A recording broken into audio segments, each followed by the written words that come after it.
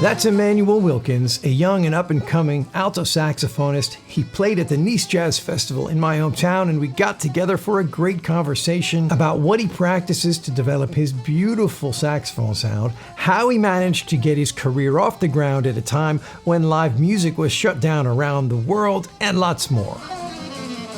Great to meet you, and welcome to... Welcome to Nice. This is your first time playing the Nice Jazz Festival? First time, yep. Okay. And okay, so you're playing tonight with your quartet?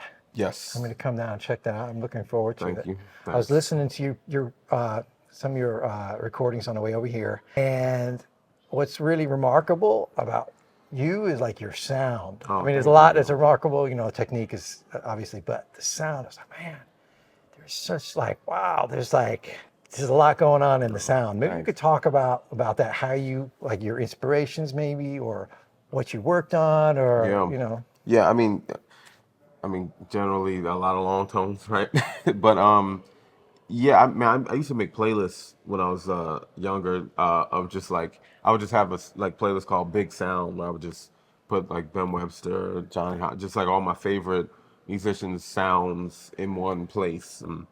And just kind of listen to that over and over. It'd be like maybe a 2-hour long playlist or so. And then I would just listen to that a lot. And that was a lot of it, was just kind of getting it through osmosis, just listening through, you know, a lot of my favorite musicians and kind of picking out little things that I liked sonically, you know. So when you were when you were doing that, you were consciously like, okay, I'm going to develop my sound, and this is like one of the things I need to do. Yeah, totally, yeah. I think listening, for me, like, because the sound is really in your body, right? I think listening is the number one way to work on it, you know, along with, you know, the physical work, long tones and overtones and all that stuff.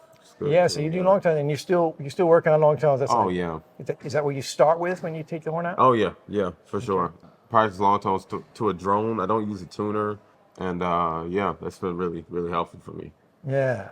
Great. And how much time do you spend on long tones in a practice session? Oh man, I mean, it varies. Some practice sessions I'll do only long tones. Sometimes I'll do like 3 hours worth of long tones. But then, I mean, normally maybe about a half hour to an hour.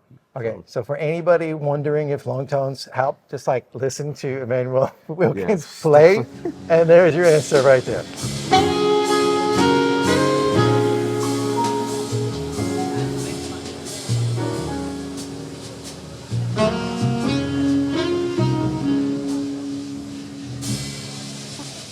Okay. A lot of time on it. You can really hear it. There's so much control, and there's so many like layers and subtleties in there. And like, man, you're playing into all these like the different dynamic ranges, and then the intonation is like great. So tell me more like about you coming up. I know you're from Philly, and I know you studied with Bruce Williams. And tell me like a little bit like the background story. Man, so yeah, I grew up in Philly. I started playing saxophone in the 3rd grade. So I think you're like 8, maybe at the time. Yeah. So I started playing, and my parents enrolled me in this jazz education program called the Clef Club in Philly. It's a really great education program, and the director, Lovett Hines, also was an alto player. So he kind of took me under his wing. My first teacher was this cat, Lewis Taylor, in Philly, great alto player. I started playing with Odine Pope, and he had a saxophone choir. So yeah, I mean, I was kind of immersed in just a lot of great inspirational saxophone players pretty early on. 2 of my friends that I went to school with, elementary, middle school, high school, with one Henry Turf, the other one Yusei Faraha Ali, both great saxophone players that I kind of grew up hearing, you know, pretty much every day, you know. So that was a big thing. And then, yeah, once I got to Juilliard, Bruce Williams was my guy, you know. Actually, I met Bruce in summer camp at Jazz House Kids. It was a camp in Jersey that Christian McBride runs, and Bruce kind of, I don't know, man. He has a very tough love way of teaching, and it really attracted me.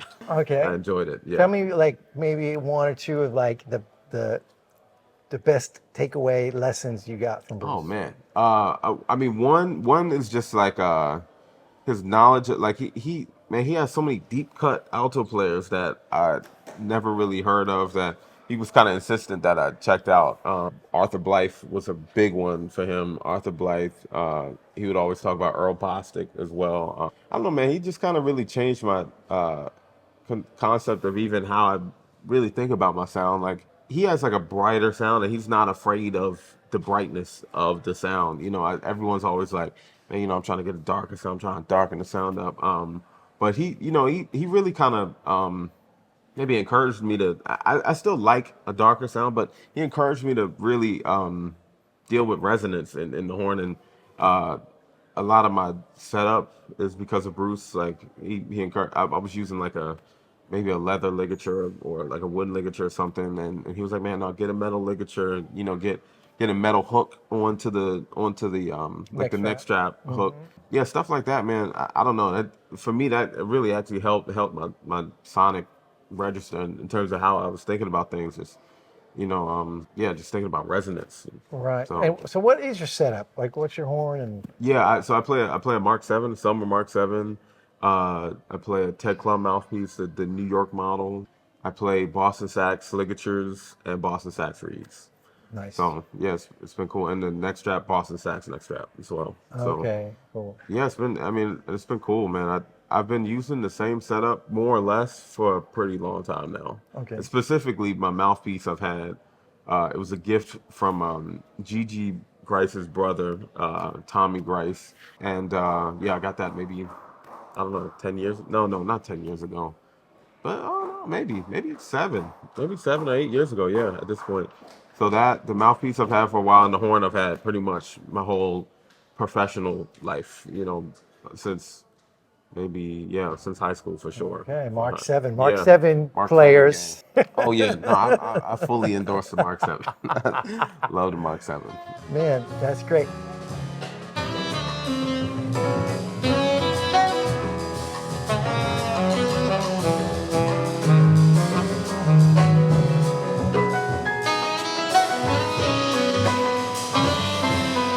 So maybe talk a little bit about your band and like the latest album you're touring and Yeah, I started. So I kind of put the band together my sophomore year of college. So 2016, 2017, around that time, we started playing together. And my first kind of goal was just to get a gig a day. I mean, a gig a month. I was like, if I can just get us one show in New York City per month, then we can generate some sort of momentum and just get out there.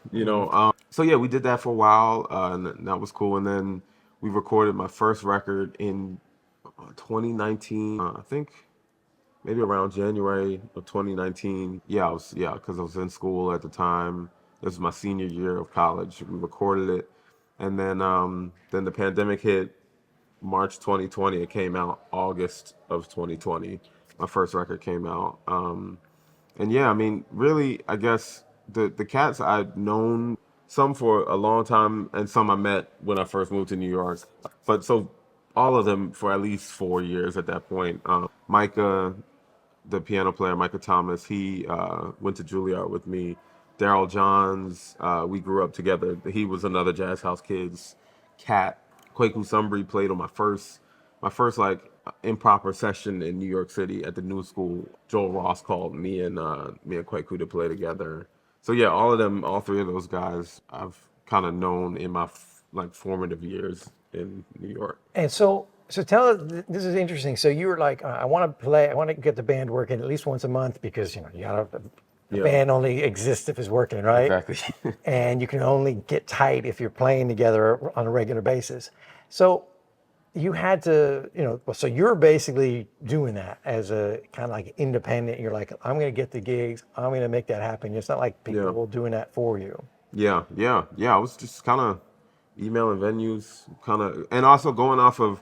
I mean, I had some connections. I really got to shout out Joel Ross because that was really my first like proper band of young people that I was in, where it was like, he kind of facilitated the space where it was 5 of us and we were all under 25 at the time, and yeah, we were all trying to make some good music. So yeah, I think we would have like a couple gigs here and there, and wherever we were playing at, maybe the owner of that venue I had a relationship with, and I could be like, hey, can I bring my group in or whatever. And a lot of times though, a lot of time it was cold emailing. A lot of it was just like, hey, I have a band. Here's one video bus. Do you have any availability? Right. So I'm really thankful for a lot of a lot of those venues. Sure. But you were making it happen though. It sounds like you were putting the work Oh in, yeah. hustling, and now like you're getting the fruits of that. It's interesting. So really you got your career kind of going during the pandemic and like at the hardest, like the most, it's already super yeah. challenging, right, to do a jazz career. And you got it off the ground at, and even like probably the most difficult time in history. Yeah. No, man. 2020 was crazy. First record came out 2020.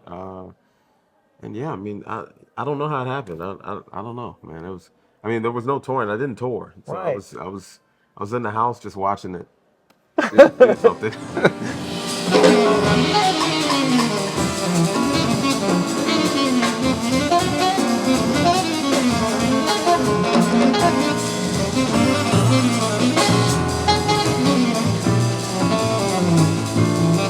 So now, what is it? So what is it like now? With major contrast, a couple of years later, everything's back. Festivals are packed full of people. Like, Yeah. what's it like? I mean, man, it's great to be able to play for people and bring the music to people in seats, bodies in the seats. I think, it's social music.